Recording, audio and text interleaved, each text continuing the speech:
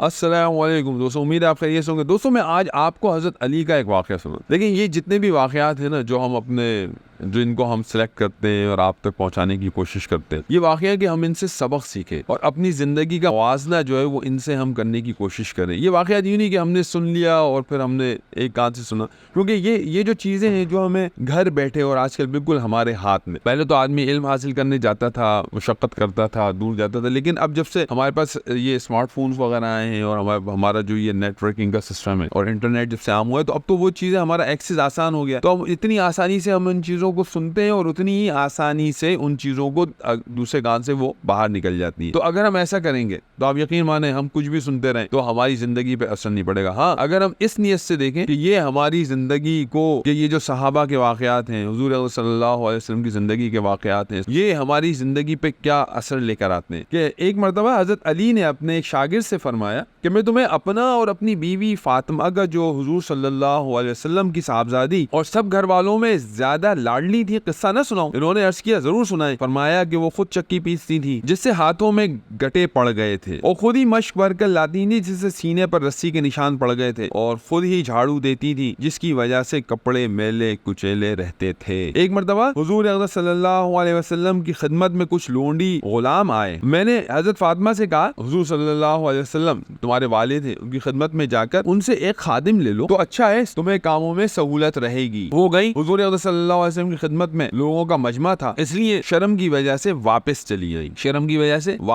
आई। कुछ नहीं कहा। हुज़ूर सल्लल्लाहु अलैहि वसल्लम ने देख लिया था कि फातिमा आई है और कुछ कहे बगैर वापस चली गई। हुज़ूर सल्लल्लाहु अलैहि वसल्लम दूसरे रोज खुद ही मकान पर तशरीफ लाए और फरमाया, तुम कल किस काम को आई थी? वो चुप हो गई। मैंने अर्ज़ किया, हुज़ूर चक्की से हाथ में निशान पड़ गए, मशकीज़ा भरने से की वजह से सीने पर भी निशान पड़ गए, झाड़ू देने की वजह से कपड़े मैले रहते हैं। कल आपके पास कुछ गुलाम आए थे, इसलिए मैंने इनसे कहा एक खादिम अगर मांग लाए तो इन मुशक्कतों में सहूलत हो जाए। अब देखें मेरे नबी का क्या जवाब है, अब सुने। हुज़ूर सल्लल्लाहु अलैहि वसल्लम ने फरमाया, फातिमा अल्लाह से डरती रहो। क्या फरमाया? फातिमा अल्लाह से डरती रहो और इसके फर्ज अदा करती रहो और घर के कारोबार करती रहो, और जब सोने के लिए लेटो तो सुबहान अल्लाह 33 मरतबा, अल्हम्दुलिल्लाह 33 मरतबा, अल्लाहु अकबर 34 मरतबा पढ़ लिया करो। ये खादिम से बेहतर है। इन्होंने अर्ज़ किया, मैं अल्लाह की तकदीर, मैं अल्लाह और इसके रसूल से राजी हूँ। दूसरी हदीस में हुज़ूर सल्लल्लाहु अलैहि वसल्लम की चचाजाद बहनों का किस्सा भी इसी किस्म का आया है। अब ये सुनिएगा। वो कहती है कि हम दो बहनें और हुज़ूर सल्लल्लाहु अलैहि वसल्लम की बेटी फातिमा रज़ी अल्लाह ताला अन्हा तीनों हुज़ूर सल्लल्लाहु अलैहि वसल्लम की खिदमत में हाजिर हुई और अपनी मुशक्कत और दिक्कतें जिक्र करके एक खादिम की तलब की। हुज़ूर सल्लल्लाहु अलैहि वसल्लम ने फरमाया कि खादिम देने में तो बदर के यतीम तुमसे मुकद्दम है, खादिम देने में तो बदर के यतीम तुमसे मुकद्दम है, यानी तुमसे ज्यादा हकदार बदर के यतीम है। मैं तुम्हें खादिम से भी बेहतर चीज